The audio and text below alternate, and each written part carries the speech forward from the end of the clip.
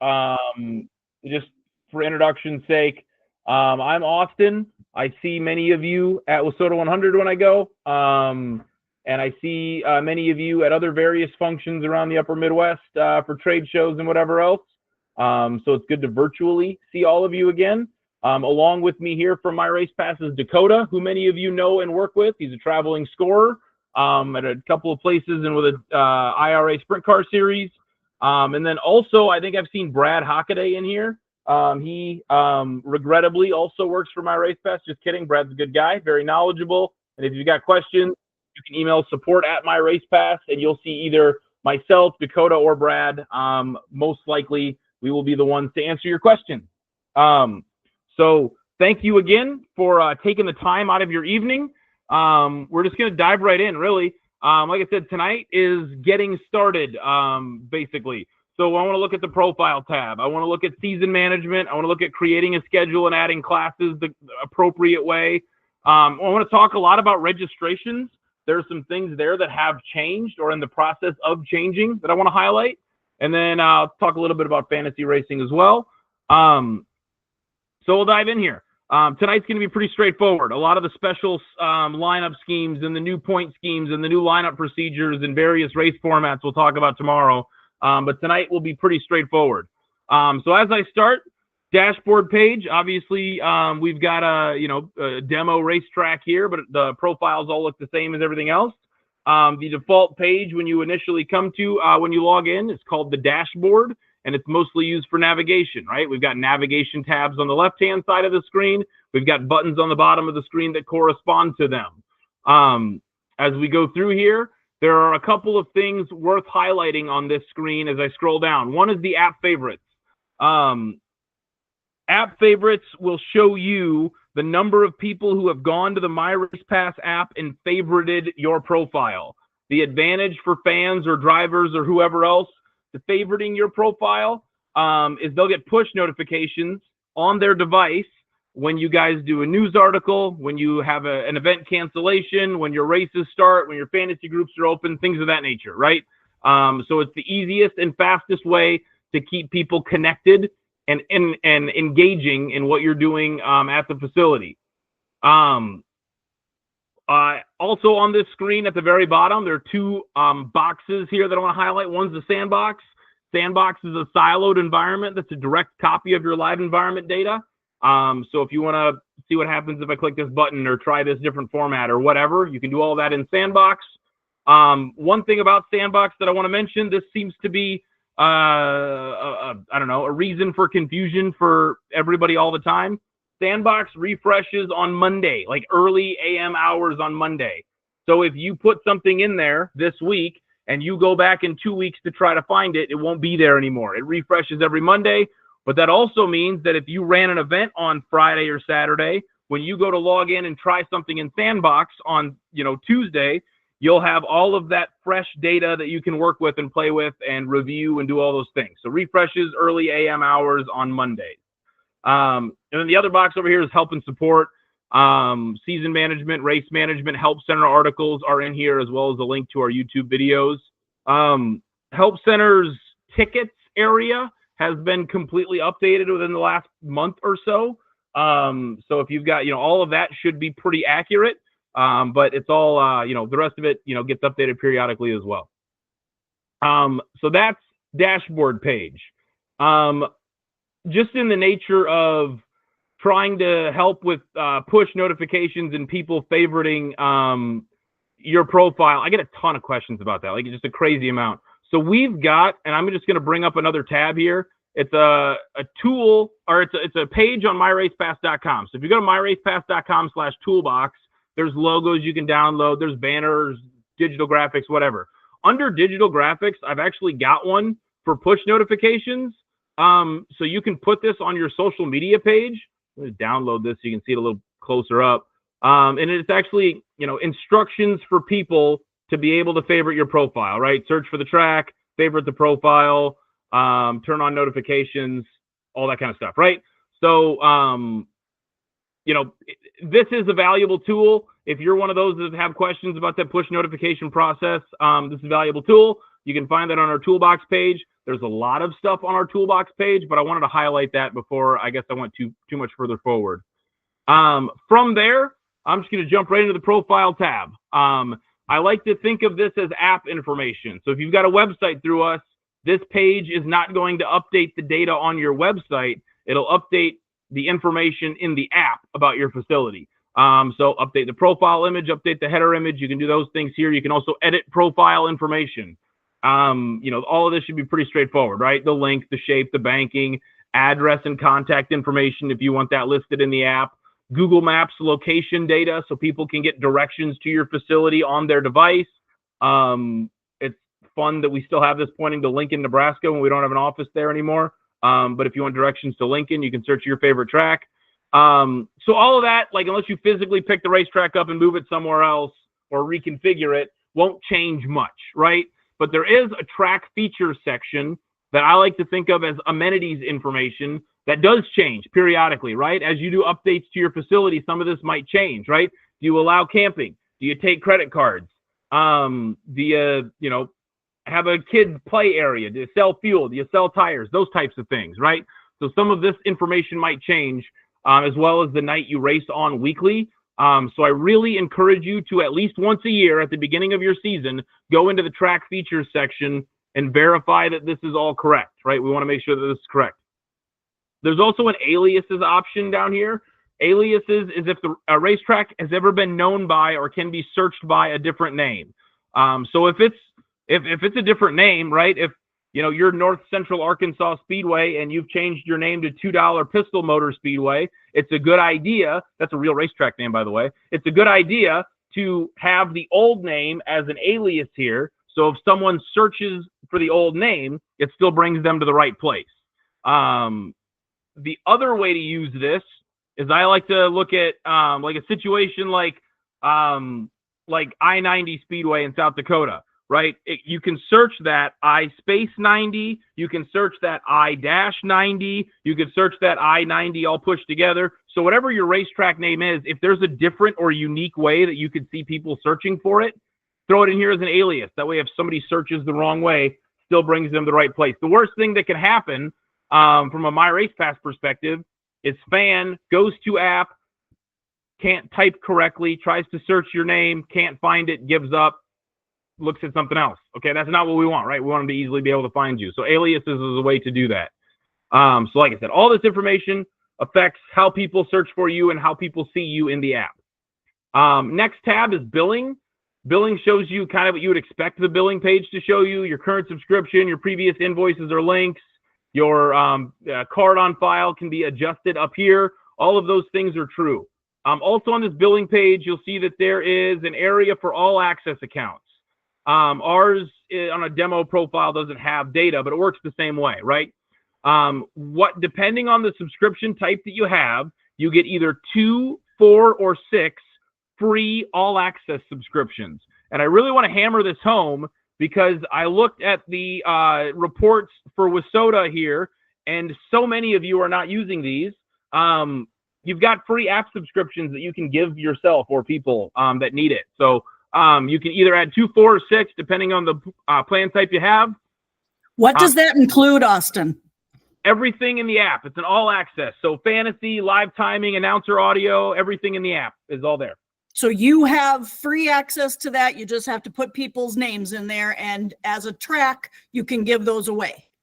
Correct. Either 2, 4, who or do you 6. recommend? Who do you recommend gets things like that? Your announcer? Well, as an announcer, I'd always recommend to give your announcer free things. But it really is completely up to you. You can have it be promoter, general manager, scorer, announcer, guy who is lining up cars. If he wants to use the app to line up cars and you want to give him, free fantasy racing too, it really is up to your discretion completely. Bottom line, use it. So from there, jump to users.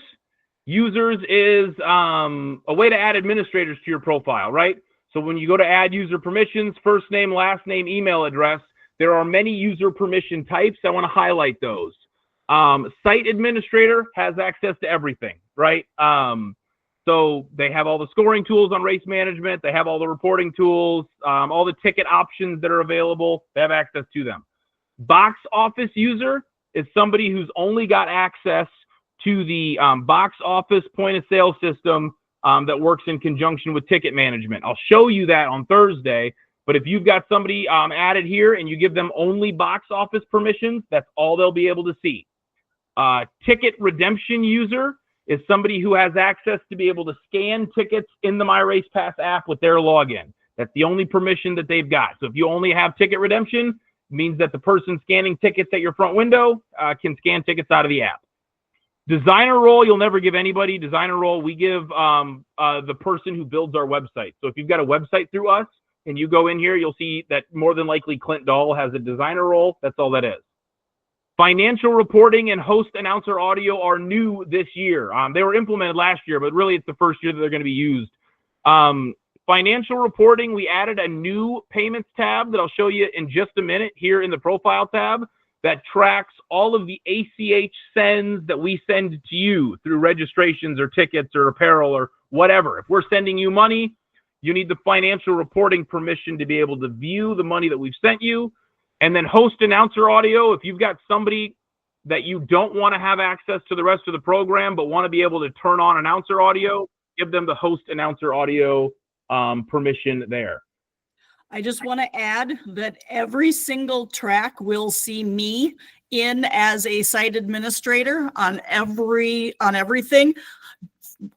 With your WISSOTA contract with your promoter, I am allowed to go in and look around and see if I see anything. I can help you at any time. You can text me on race night. I can see if I can help you, but I just want you guys to know that it won't be weird. You will see my name on all your site administrator stuff for MRP. Yep, absolutely. Cool. So new payments tab, brand new feature. Like I said, when we send you money, this is where you'll be able to go to view the ACH sends that we send out to you, whether that's for tickets or registrations or apparel or any reason that we have to send you money, you'll be able to review it here. So if like just this is a generic test one, got paid $25, I can see that it is for online tickets for the $24 or $25. I didn't get anything for apparel. I didn't get anything for registrations. I can view all the tickets that are a part of that send. So you'll be able to audit the money that we send you as well for exactly what it is in this screen. Permissions and clear caches are developer tools. You won't see those. So that's pretty much everything in the profile tab. Like I said, a lot of this is review. A lot of it's pretty straightforward. I'm going to jump in the chat here to see if there are any questions. I also have Ross here. So between Ross, Dakota, and Brad, if you have any questions, put them in the chat and they can answer them for you. But I think we're good to move on. So from there, I want to move to season management. Season management, again, we're creating a schedule. We're doing registration. Talk a little bit about fantasy racing and suspensions as well. But this is where you go to manage all of that, right? So season management really starts in the upper left-hand corner. It's a calendar year thing, right? So if yours still says 2024 up here, get a hold of us if you've already added your 25 schedule, because I can pretty easily move a 25 schedule from your 24 season to the correct season. So if you have not gone up here and created 2025, start by doing that if you don't have your schedule in already, or if you already have your schedule in and you haven't done that, let us know. We can fix it for you. But that's step one, right? 2025. Step two is the config tab. Config is where you're going to add any series or any classes that you're running throughout the course of the year. I don't know if there's anyone in here that's with a series. If there is, your series profile will be a little different. Instead of adding series, you just have the one series. Instead of adding a series, you'll add the tracks that you're racing at. That's really the only difference in this page. You'll go through and add tracks. If you're a track, you'll add the series and classes. Add the series first. It's much easier that way. Why? Well, I'll show you. When I go to add a series, if I'm going to add, I can search through all series. I can search through series that I've only used last season. I'm just going to use all series. If I search for, my goodness, if I can type. If I search for WISSOTA Late Model Challenge Series and add that, it'll look like there's an error on the screen. What this says is WISSOTA Late Model Challenge Series requires the WISSOTA Late Model class. So if I continue, not only will I have added WISSOTA's Late Model Challenge Series, I will also have added WISSOTA Late Model to my list. So add your series first because you're kind of killing two birds with one stone there. Once you've got your series that you're running added, go back to the class listing and we can start to add classes. The first thing you'll see is a list of all the classes that you've used previously. So if you're doing the same thing year over year, pretty simple to just select from this screen. You won't have a million like I have because you'll use yours for just your racing and not for everything. But there it is. If you're adding something that's not already listed there, you're running a different class or you're new to WISSOTA or whatever, there's a more classes option here. And I really want to place the distinction on the difference between sanctioned classes and all classes. If you're running a WISSOTA sanctioned class at a WISSOTA sanctioned event, choose sanctioned classes, choose WISSOTA, and pick the WISSOTA class that you're running, right? Hornets, modifieds, street stocks, whatever.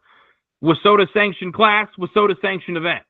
If you're running a class that is using WISSOTA rules, but it is not a WISSOTA sanctioned event, think test and tune, think you're running them side by side with USMTS, think something like that.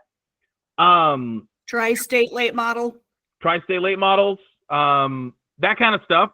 Then instead of using the WISSOTA sanctioned class, we're going to use the out-of-the-box class. So when I go to all classes and I choose, late models, for instance, instead of using the WISSOTA late model, we can use Pro late model or, whatever your out-of-the-box late model that you're going to use is. Usually it's just a dirt late model. Yeah, if tri-state late models, obviously they're a series, so they have their own class attached. They just use generic dirt late model as class. But if you're running some kind of open late model show, you can choose whatever works the best. Same thing with modifieds, right? Choose A modifieds instead of WISSOTA modifieds. That comes into play for non-sanctioned races, for test and tune, stuff like that. So really want to make sure that we make that distinction. If your class that night is going to be sanctioned by WISSOTA, use the WISSOTA class. If it's not for whatever reason, use an out-of-the-box class.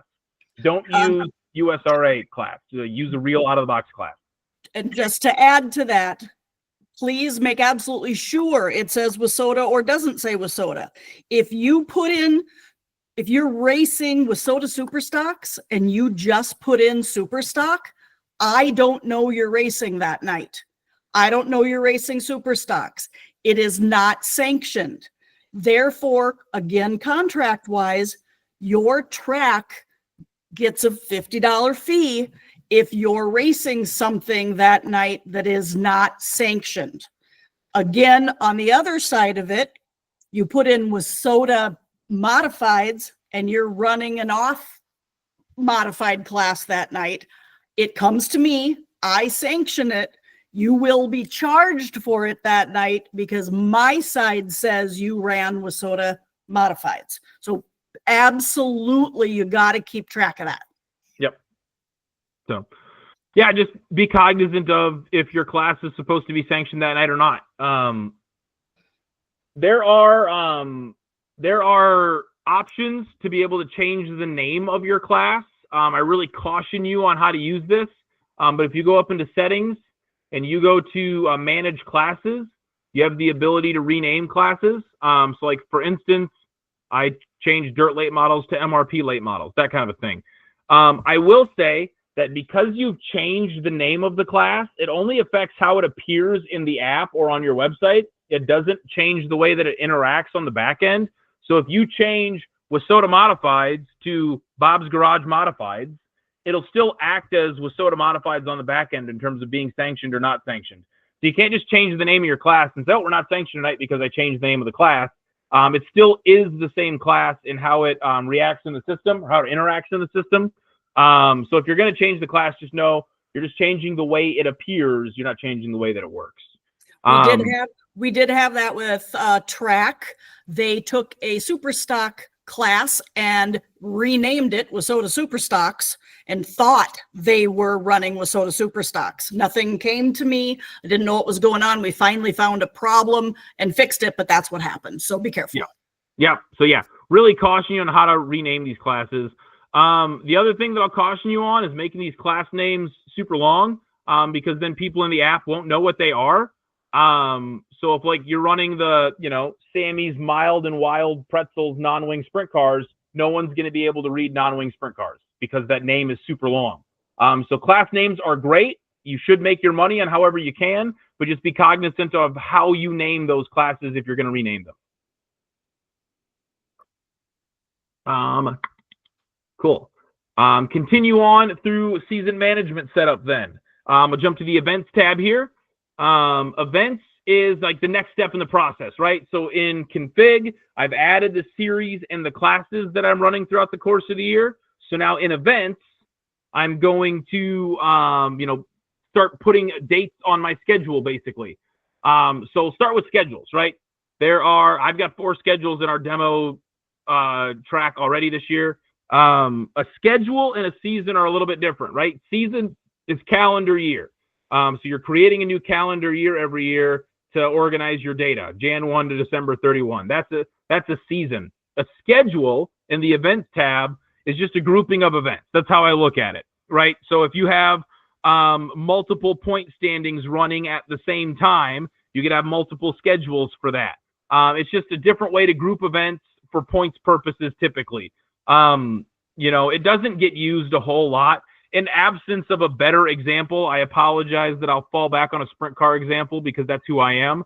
But like Williams Grove runs their regular season all year long, and they also have their Hoosier Diamond Series races. They have 2 different point standings happening at the same time. Some events are both points. Some events are 1 series point or 1 point standing or the other. So they have 2 schedules. They have the regular schedule, Diamond Series schedule. That's really how these get used.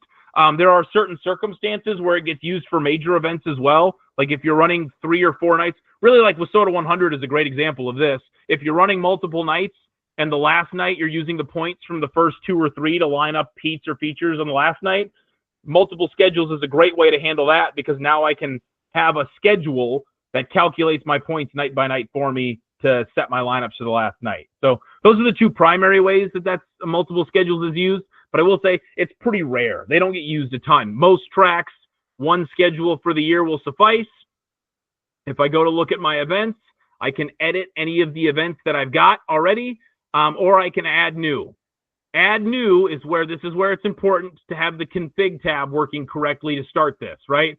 So if this coming Friday, the 21st, I'm going to schedule an event and I go next, the classes that I have to choose from are directly taken from what you've got in the config tab. So if you don't see something here that you're trying to run and you don't know why, go back to config and add it. I'm just going to add, let's see, sprint cars and stock cars to my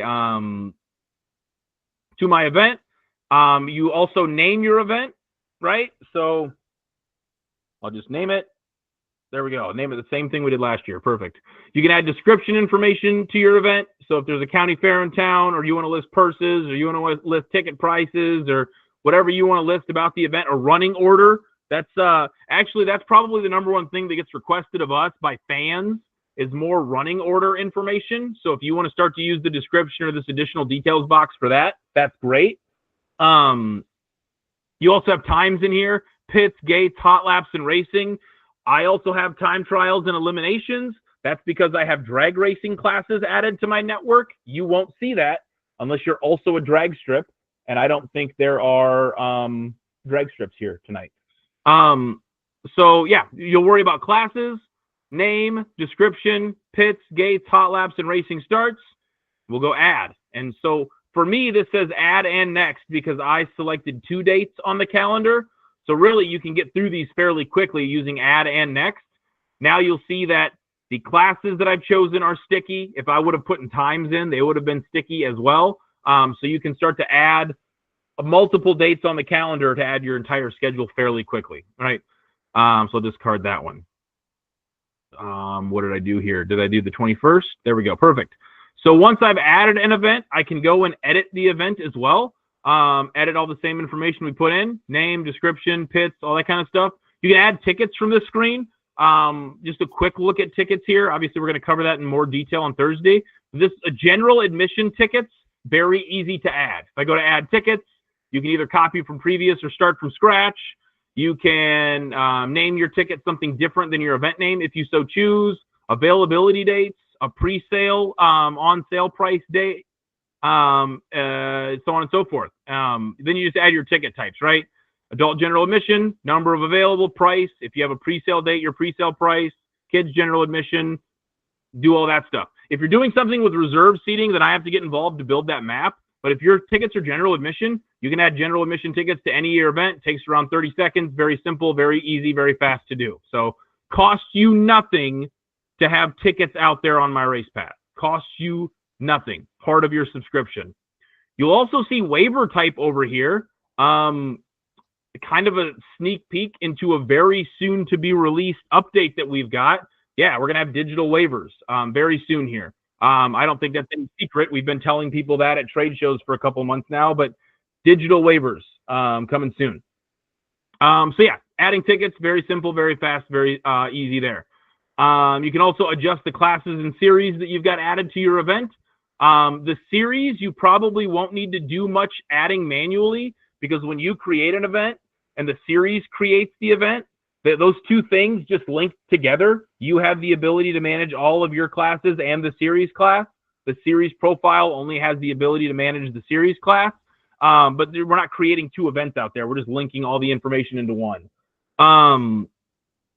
Yeah, I mean, there's really not much more to it. Oh, though I guess the other thing on this screen, if your event is canceled, you can change it here, right? You go to edit the event. Instead of running as scheduled, you can change your status to rain out or postponed or canceled or snowed out, depending on where you're located, or flooded or high winds. There's a lot of options here. I don't know why, but we've got them all listed. So no matter what happens at your track, we've got an option for you. That is something I will ask that you guys do immediately. If you rain out, immediately, this is how I invoice your track for the race. A rain out means that you're not going to redo it. A postponed, if you put that, I a lot of times don't count that towards your 10 shows or whatever it is for your point fund, because I think you're going to make it up. So rain out, snow out, something like that, dropped. But if you put postponed, that confuses me, just so you know.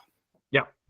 Also, if you change the status here, everybody who's favorited you in the app immediately gets that push notification, right? So everyone's immediately notified, hey, rain out happened. So that helps the cause as well. From there, I'm going to skip to registrations. Registrations is a way to gather driver information either before the series or before an event. So, and I apologize. If there's hands being raised, it sounds the same to me as people joining the meeting. So if you've got questions, please put it in the chat, and I've got Dakota, Ross, and Brad all available to answer the question. But registration is a way to gather driver information either before the season or before an event. So there's multiple registration types that you can have. A yearly registration, once a year, annual, easy to understand, right? Their license or membership or whatever with your track. Event-specific registration, again, simple to understand. The same as the yearly registration, except for it's tied to an event. So we can, you know, if you're having a registration fee or to compete that night, perfect, event registration. Where we've seen this come into play a lot lately is for capping entries, especially for a support class on a big event. If only we all lived in a world where capping entries was something we all had to worry about, that'd be great. But some of you do. And capping entries, event registration is a great way to pay attention to how many entries you've got. There's also a general registration used for a non-racing event. I've seen it used for banquets, pit parties, golf tournaments, chili cook-offs was the most recent one. A lot of reasons to use that. Miscellaneous competitor registration almost is never used. It's basically just in place of another yearly registration if you need to. Very rarely used. I have a question. Yep. The yearly registration, I didn't understand it either, for the most part, but I have tracks who ask if they should put a yearly registration out there every single year. The drivers they kind of ho-hum it because they don't want to have to do it every time. But if you do a yearly registration last year and as a driver, you put in that you're a rookie, If you don't redo that one this year, are you always a rookie? I don't think it carries over. I've never tested that specific thing, but I don't think that carries over year to year. I think every calendar season that gets reset. If you guys could check that, that would be great, because I have noticed that he's not a rookie, and they say he didn't register this year, but check that out for me if you would. Yeah, I'll put that on my list. Sure. That. But it is pretty important to have at least a registration ready to go for these people. If you have somebody that is coming to your track for the first time, a new kid, a young kid that you've said, let them register. Tell people that if they've moved, if they have a new address, if they have anything that's changed, re-register, because it is important on your end if anything like that happens. Yeah. Let them audit their information for you. Yep. Absolutely. So, Austin, on that registration thing, more than anything, if you've got drivers that are kind of fighting you on it, just remind them that it is a legible way to get their contact information to make sure that you can contact them correctly. Right. Most drivers tend to stop fighting me at that point and kind of understand that their handwriting isn't very good. Right. Yeah, absolutely. Take it from a scorer. That's Dakota. So once you've got a registration created, I'll go ahead and edit some of these fields so you can see what these look like. You can charge for registration. We've changed the way that works in the last year or so. I think it was in place most of last year for everybody. If you're charging for registration, we no longer send that money through PayPal. We stopped doing that last year, to which most people praise the Lord. Pretty much everybody hates PayPal. But we send the money directly to your bank account now. So depending on how you want this to work, it can go a couple different ways. If it's a yearly registration, we send you the money on a rolling Monday basis. So every registrant that you confirm this week, that money gets sent out the following Monday. If it's an event-specific registration, there are two ways that it can be handled. The one I really, really like and recommend, and then there is another that I almost am hesitant to even tell you about. But the one that I really, really like and recommend is that we send you the money after the event. The reason that I like that and recommend that is if your event is rained out or canceled for whatever reason, we can handle the refunds, just like we do with online tickets. You don't have to worry about refunds, right? That you can also send the money the Monday prior to the event. But I will caution you, I have seen this go wrong more than it's gone right so far. If the event is rained out or canceled, then you're on the hook for the refunds, and that can be a real pain, depending on how you want to handle that. So, just be cognizant of, if you're doing an event registration, that, how that money is sent. We sure want to send it after the event, just in case it gets rained out or canceled. I get that financially that can be, difficult. Typically, we're doing pre-registration for large events, which means that we've got large costs to run the event. So I understand and am sympathetic to that. But man, if it rains out and all of a sudden you got drivers knocking on your window, that can be a real pain in the neck to try to deal with, for sure. Beyond that, though, registration money operates the same as ticket money through My Race Pass. If your registration is $20, you get $20 of every registration. The only fee structure that exists is $1.90 that comes to us, 4% that goes to pay the credit card transaction. So if your registration's $20, they're going to end up paying around 23 and a half. That's kind of where we're at with that. So just so you're aware. You can add or remove classes, make them active or inactive. You can charge an additional price per class. The downloads function is one that I want to highlight. You can add downloads to your registration. What that is an attachment to their confirmation email, right? So the driver registers, they get a confirmation email saying they registered. Whatever you have here in downloads shows up an attachment to that email. So if you want that to be a W-9, you want that to be a flyer for your big event, you want that to be hotel recommendations, whatever you want it to be, does not matter. Put it in here as downloads. They get it when they register. Makes it fast and simple and easy for them. There is, I guess, one change to our registrations is we are starting the process of implementing some customizable fields into this. We don't have an interface for that at this time, and I'm not telling you that whatever you want to customize we'll be able to do. That form is pretty locked down, but there are certain circumstances in which there is some customization to the registration field. If you need something more that you need to collect from your drivers beyond what we've already got, let us know. And I'm not going to guarantee you that it can happen, but it's much more likely to happen today than it was a year ago today, or even beyond that when there was basically no editing of this at all. So there's I don't want to say we're flexible, but like we're at least starting to bend a little bit in terms of customizations to the registration form. So it's possible that we can do some things with this. I'll jump ahead here. I think that's all I've got on registrations. Payments tab, I'm going to come back to tomorrow when we get through running an event. Makes much more sense when we're done running an event. For now, I'll sate your appetite by saying this is where you can print checks. You can print reports for drivers signing for their checks. You can export to QuickBooks. You can do a lot of things in this screen.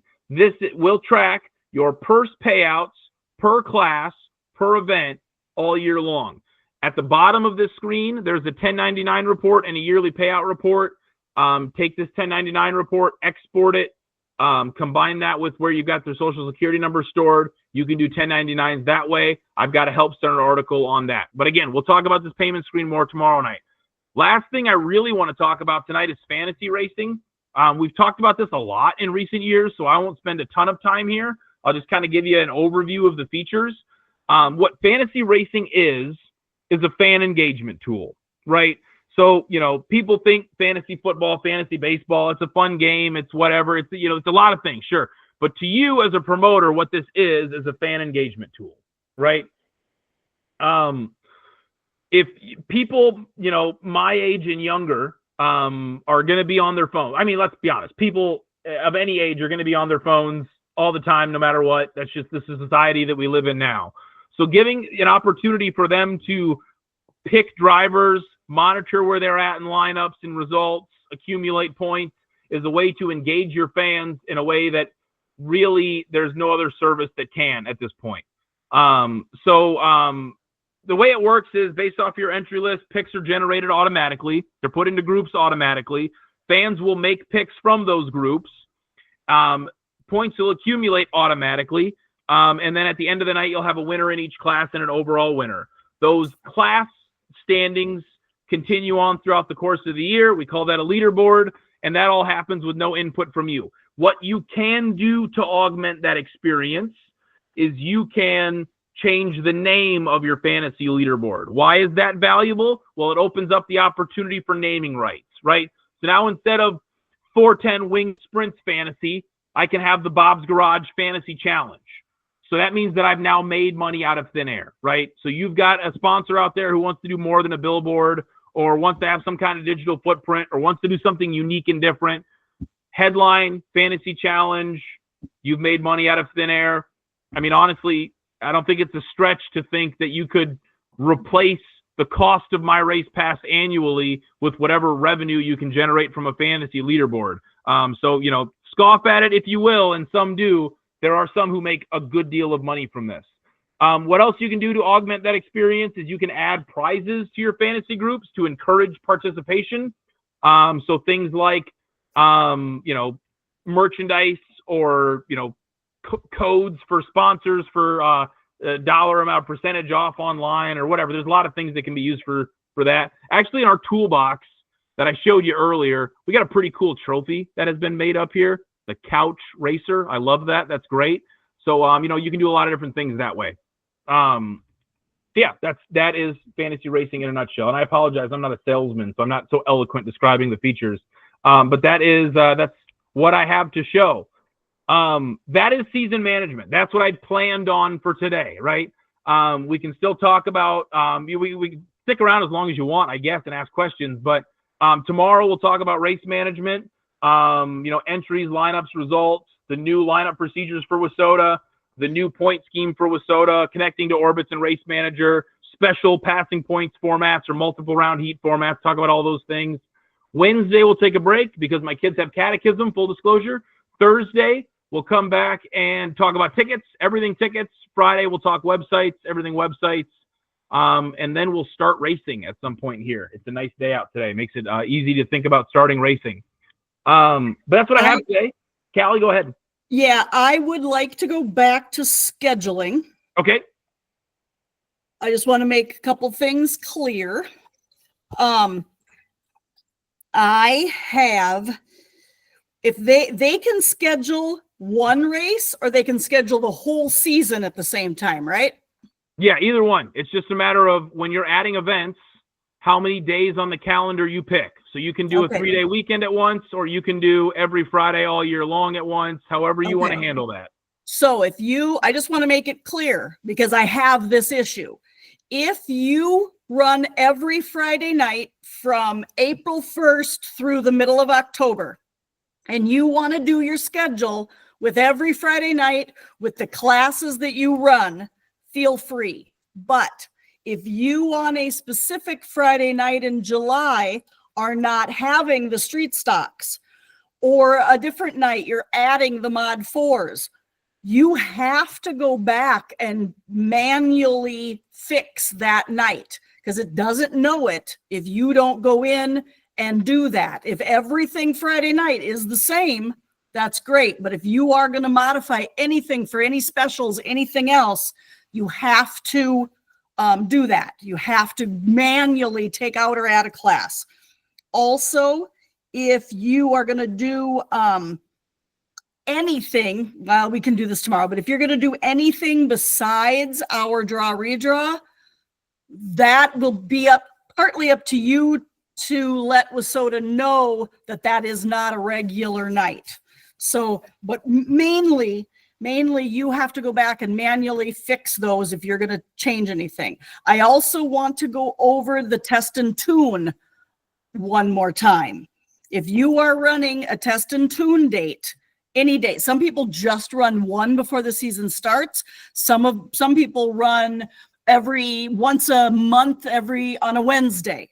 But if you do, absolutely positively do not put any WISSOTA classes in there. You can use your description to say what classes are welcome, what time it starts, the whole thing.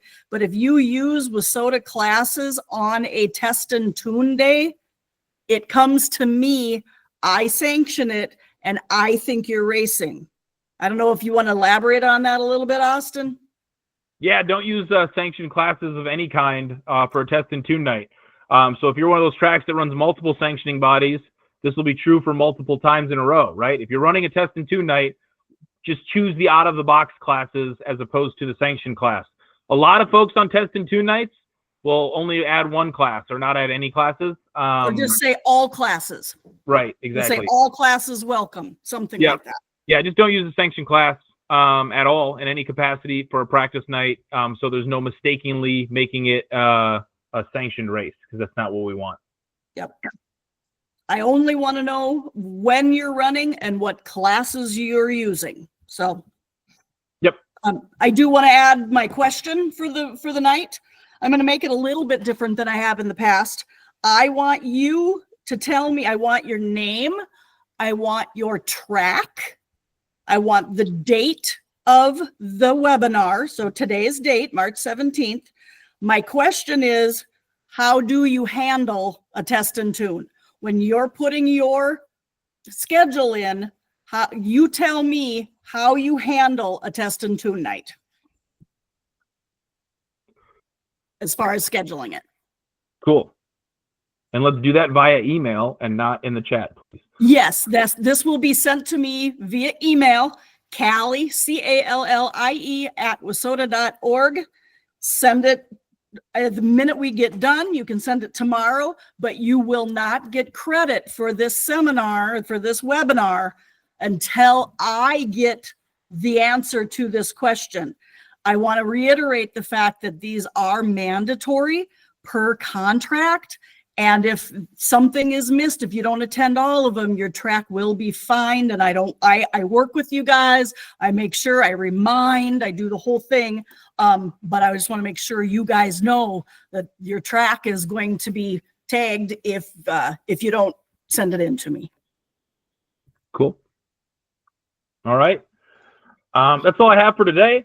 I'm gonna. I think, Joanne has her hand raised. Maybe more than what's able to be typed in the chat window. Joanne, did you have a question? Maybe an inadvertent hand raise. Yeah, potentially. Awesome. And I did see a question about the social security number. I do have a number of new people on here tonight. And so if Austin, if you could address why we don't include social security numbers in anything on here. Yeah, we don't, in our registration forms, we don't gather social security number because it all goes into a cloud-based server, and we want that to not be a security issue for you at any point. So that's, I mean, in layman's terms, that's why we don't gather social security numbers, basically. And as far as Josh told me, it basically in a deal like that, it is kind of illegal to do that, to have that. You guys have kind of worked through some things, but we've never found a way to put it in there so that it can be password protected or anything like that. So at this time, that's the reason we don't have social security numbers in the system anywhere. Yep. Well, I'm not a lawyer, but yes. So, all right, I have stopped the recording here.